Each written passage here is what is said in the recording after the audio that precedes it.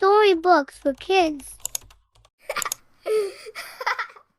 Pongo to the rescue.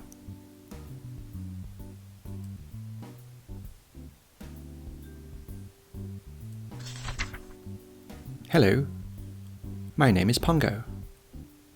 No, I'm not the one playing the piano. That's my pet, Roger. I'm the one in the spotted coat. Pull up a cushion and your favourite spoon, and I'll tell you my tale. You might think two bachelors on their own in London would be leading a wonderful life. But I was bored. All day long, Roger wrote songs about love. But did it occur to him to find a mate? No, I'm afraid that was up to me. One day, I saw the perfect mate. Each spot was more beautiful than the last, and the human walking here was pretty too. I quickly let Roger know it was time for our walk.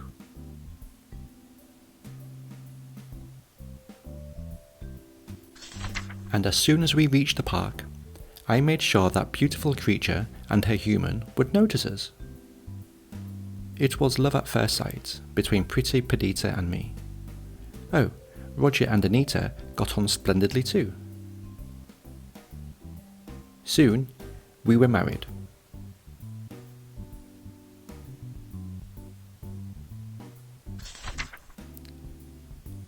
I was happy as a dog can be, especially when Perdita told me I would soon be a father. The only cloud on our horizon was a horrible school friend of Anita's named Cruella De Vil. Cruella looked like a smelly old bone wrapped in a shabby fur coat. She was about as welcome as fleas, but Anita was too polite to send her packing. Cruella kept asking Roger and Anita when our puppies would be born. Perdita was afraid the evil woman would steal the litter. But I was determined not to let Cruella get her claws on our puppies.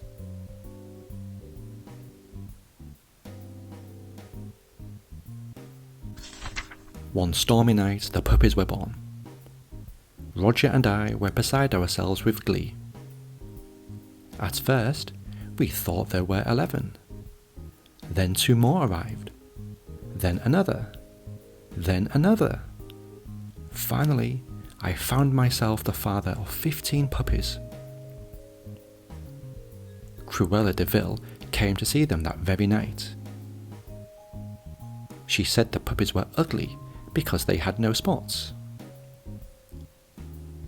When Anita explained their spots would come in time, Cruella wanted to buy all the puppies. But Roger refused. He even growled. I was very proud.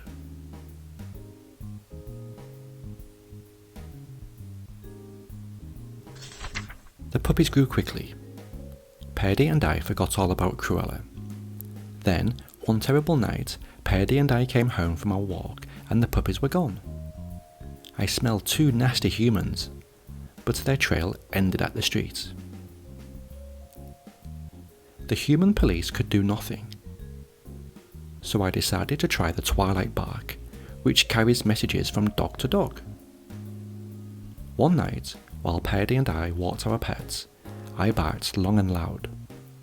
The weather was so cold, I thought no one would be out to hear me. But I kept barking until finally a Great Dane answered. He promised to keep barking and spread the news of our stolen puppies.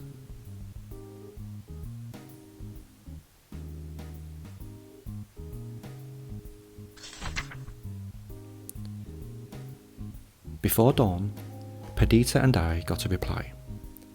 Our puppies had been found.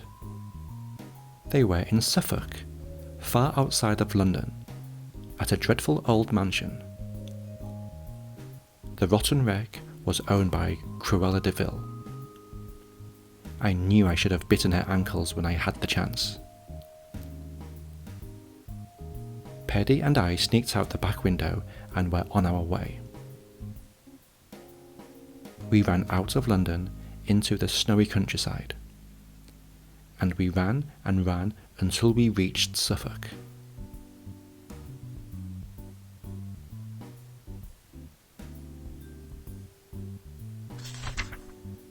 Perdita and I reached the De Vil mansion just in time.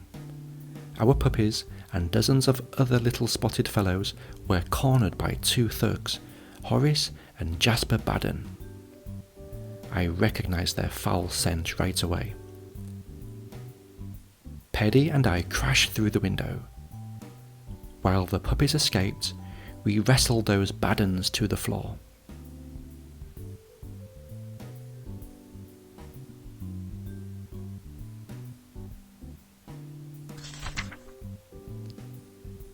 Of course, Paddy and I had to help all the puppies, or Cruella De Vil would turn them into a spotted fur coat.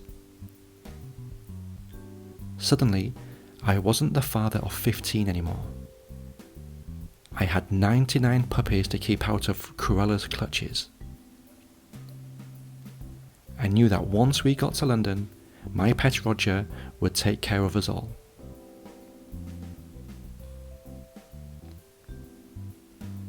It was tough going across the deep drifts of snow.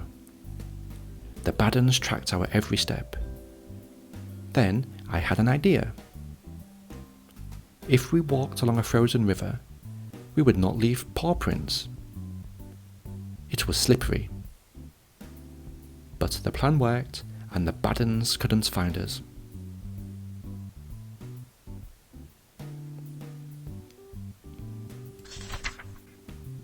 During the long trek back to London, we were held by dogs using the twilight's bark. Just when we were too tired, cold and hungry to walk another step, a collie brought us to a barn. There, friendly cows gave the puppies warm milk. We slept on sweet-smelling straw. The next morning, a black Labrador told us great news. He had arranged a lift back to London for all of us. The lab pointed across the street to a moving van. Just then, Cruella De Vil's roadster rumbled past.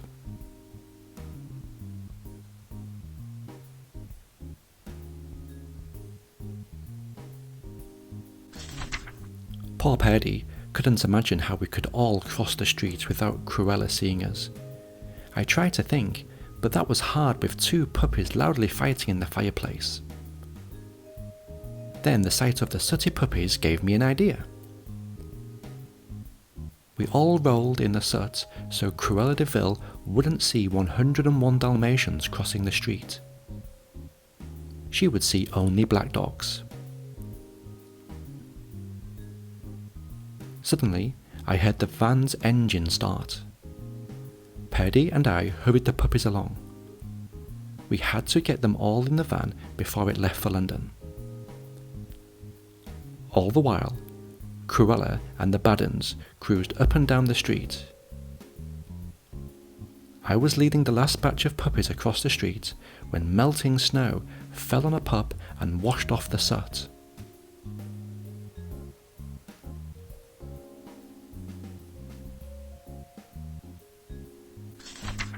Cruella eyed the spotted puppy. "They're getting away!" she screeched. I tossed the last puppy into the van just as it rolled away. I ran after the van and leapt with all my might. Cruella's car roared up behind us, inches from my tail. Cruella and the Badens crisscrossed the snowy country lanes. They tried to push the van off the slippery road, but the van driver held his truck steady, even though the puppies bounced like rubber balls in the back. At last, Cruella and the Badens crashed into each other and tumbled down a hill.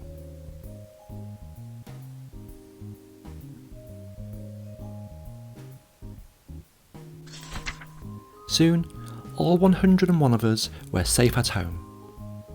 And, as I'd hoped, our good pets, Roger and Anita, agreed to keep all the puppies. In fact, Roger and Anita decided to have a whole Dalmatian plantation. Even humans get great ideas sometimes. The end. Thank you for watching, and I'll see you on the next one.